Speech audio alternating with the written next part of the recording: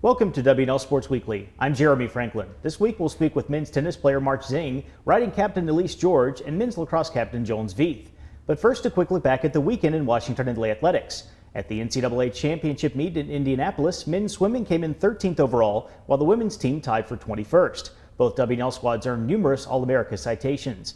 Men's lacrosse overcame a 9-3 halftime deficit to post an 11-10 win over Roanoke at Wilson Field, and women's lacrosse opened up conference play with a 17-2 victory at Virginia Wesleyan. Riding finished 6th at the IHSA Regionals in Charlottesville, where Lauren Fredericks qualified for zone finals. Baseball split an ODAC doubleheader at Lynchburg, falling 5-4 in 10 innings in the opener before bouncing back to claim the nightcap 5-2.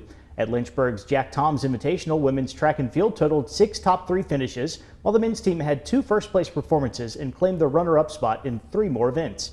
And men's tennis picked up ODAC wins over Lynchburg and Bridgewater. Here with me now is March Zheng, senior tennis player from Leawood, Kansas. March, welcome to the show. Thanks for having me. So far this year, you've had 3 close calls against ranked opponents. You're also 5-0 against the ODAC. How pleased have you been with the season so far? I think it's, for the most part, been a pretty good start. I mean, we try to play as many ranked teams as we can, and it's good that we're getting pretty close against them, even though they're ranked, much higher than us. So I think there's obviously still a lot of room for improvement. But I think for now it's a good start, especially since the beginning of the season.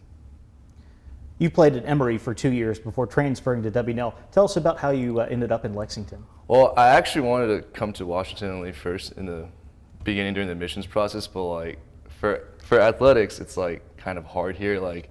They give you an early read, and sometimes it's it's just not almost as a guarantee. And at that time, I kind of just wanted the whole process to be done.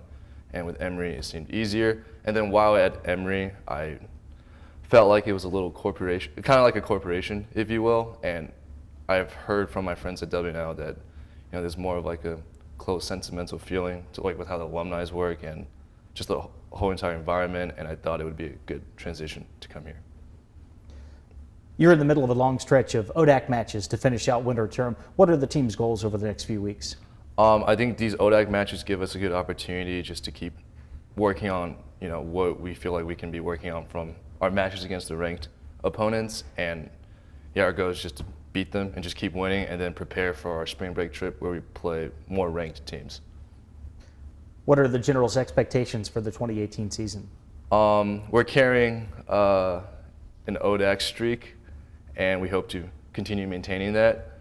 We have goals to potentially make the Sweet 16 in the NCAA championships, and those are our goals. Win the ODACs and make the Sweet 16. March, thank you for joining us. Best of luck the rest of the year. Thank you. I'm joined now by Elise George, junior riding captain from Charlotte. Elise, welcome to the show. Thank you for having me. W&L has posted some good results throughout the season, most notably a first-place finish at the Hollins W&L Invitational back in February. How pleased have you been with the year so far? Overall, with the year, I've been very pleased. I think mostly with I'm most proud of our winter term. The team came together and we all individually decided our personal goals, and we set concrete examples of how we wanted to achieve it for the winter term after assessing our performance fall term. And I think everyone really carried out their objectives for the season, and I think it showed at our first place finish. The Generals came in 6th at the regional event in Charlottesville over the weekend. Lauren Fredericks qualified for zone finals there. How did W&L perform at the regional meet?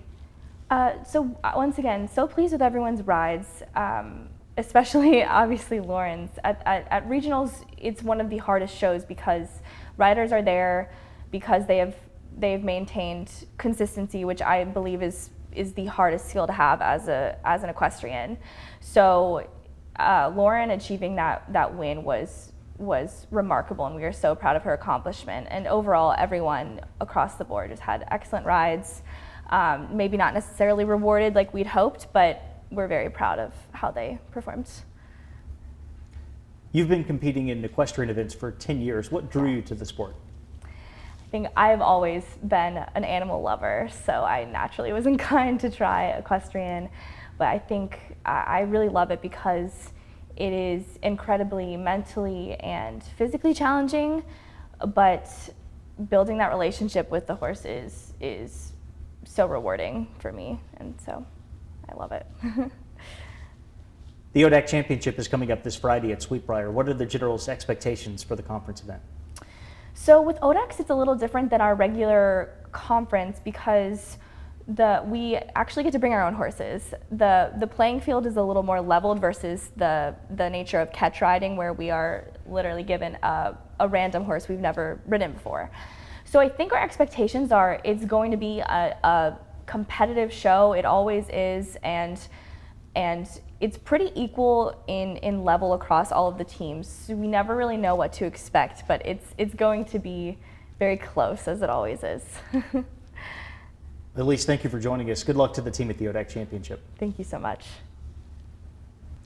With me in the studio is Jones Veith, senior lacrosse captain from Alexandria, Virginia. Jones, welcome to the show. Thanks for having me. Yep. W&L rallied from a 6-goal halftime deficit to beat Roanoke 11-10 at Wilson Field on Saturday. How did the Generals pull out that victory? I think just going into the locker room at halftime, we knew we hadn't really executed the game plan at that point. Offensively, we were just fine. We just needed to shoot the ball a little better as the Roanoke goalie was playing great. And then defensively, we hadn't executed the game plan yet, so we just got back to what Coach had been preaching all week and executed the game plan in the second half as the defense buckled down, only allowed 1 goal, and then, lastly, really couldn't have done it without great individual efforts from AJ Witherell and Jack Hodge. That victory was the 7th straight for Washington, and your streak includes a win over a Gettysburg team that was undefeated at the time. What's been clicking for the Generals over the past few weeks? I think we've, from the beginning of the season, known we've had a lot of talent everywhere on our roster.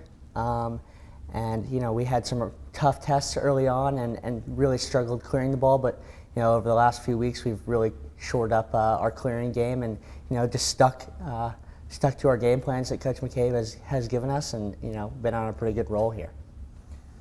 W&L graduated its top 2 scoring midfielders from last year, Jonathan Henry and Joe Perella. How has the offensive midfield developed over the course of this season? Those are great players and we're great senior leaders, but that's sort of the nature of college lacrosse, losing those guys. A guy that stands out in my mind is Hudson Hamill. He got the opportunity to play last year as a freshman on the offensive end and on the wings of faceoff, so he's been doing the same for us this year and really stepped up and has been having a great year. A guy like Jack Ware had a great offseason and has really stepped up, and then another guy like Ben Mulholland, who has wowed us from day one as a freshman. We play 8 midfielders at the offensive midfielder position, so we're incredibly deep. You've got another big ODAC game coming up Friday with Hampton-Sydney coming to Wilson Field. What are the keys against the Tigers? Coach McCabe has been preaching to us to stay humble and hungry, so that'll help us as we prepare.